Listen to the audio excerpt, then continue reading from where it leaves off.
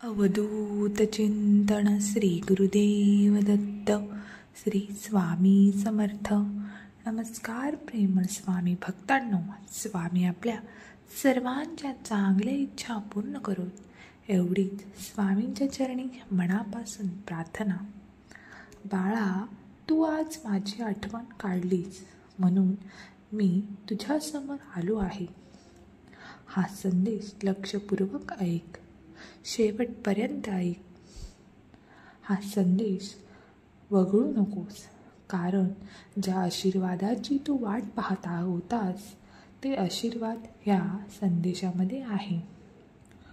पुढील काही मिनिटे तुझ्यासाठी महत्त्वाची ठरणार आहेत, म्हणून हा संदेश शेवटपर्यंत ऐक. हा संदेश नंतर तुझे जीवन पूर्णपणे बदलून जाईल याची मी खात्री देतो. आता तुझ्या जीवनात चमत्कार पाहून पूर्ण दुनिया तुला हादरून जाईल. या क्षणी तुला असं वाटत असेल की हा संदेश ऐकून काहीही होणार नाही, पण या संदेशाने 1000 लोकांचे जीवन बदलून जाणार आहे. स्वामी म्हणत आहेत, याने तुमचे जीवन खूप आनंदी होणार आहे. हा संदेश वगळण्याचा प्रयत्न करू नका, कारण तुझे जीवन हे खूप कठीण आहे. पण लक्षात ठेव, तुझी इच्छा कितीही कठीण असली तरी ते माझ्यासाठी अशक्य नाही. चमत्कार कुठल्याही क्षणी होऊ शकतो. तुमची वेळ कधीही बदलू शकते. असे हार मानू नकोस. मी तुझ्यासोबत नेहमी आहे. आता तुझ्या इच्छा पूर्ण झाल्याशिवाय मी शांत बसणार नाही आणि तुझ्या सर्व इच्छा मी पूर्ण करेन, कारण तुझ्या दुःखाचे दिवस संपले आहेत. तुझ्या परीक्षेची वेळ संपली आहे. आता तुझे चांगलेच होणार आहे.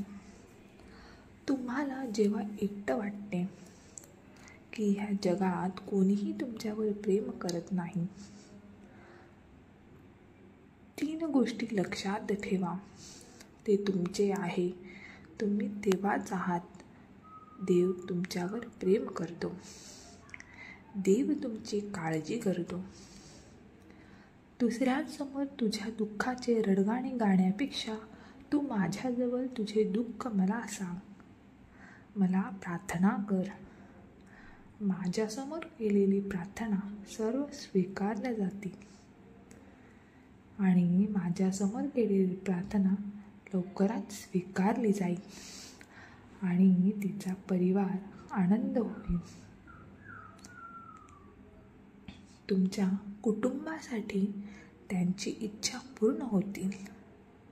एवढा पैसा आणि आनंद मी देत आहे.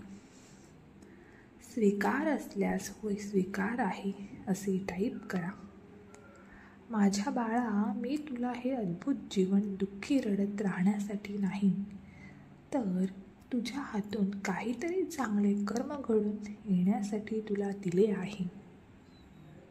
बस झालं, आता पुरे झालं. ते रडत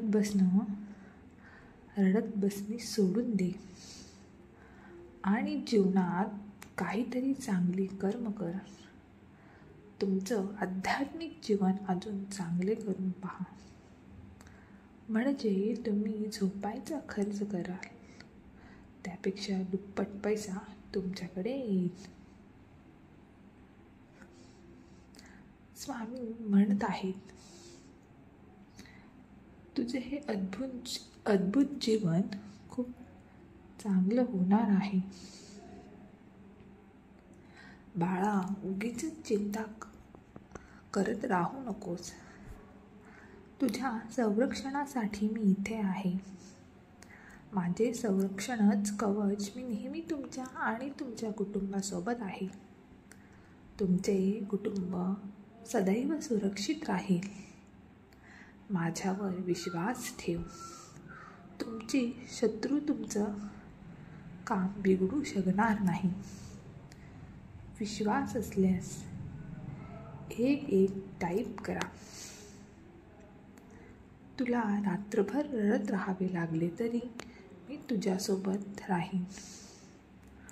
माझे प्रेम गमावण्यासाठी तू मरेपर्यंत मी तुझे रक्षण करीन आणि मृत्यूनंतर मी तुझे रक्षण करीन. मी नैराश्यापेक्षा बळवान आहे आणि मी एकाकीपणापेक्षा धाडसी आहे आणि मला थकवणारे काहीही नाही. मला तुमच्या वेदना जाणू शकतात. त्याला माहिती आहे सर्व कसरत कशी होतील याची काळजी वाटते.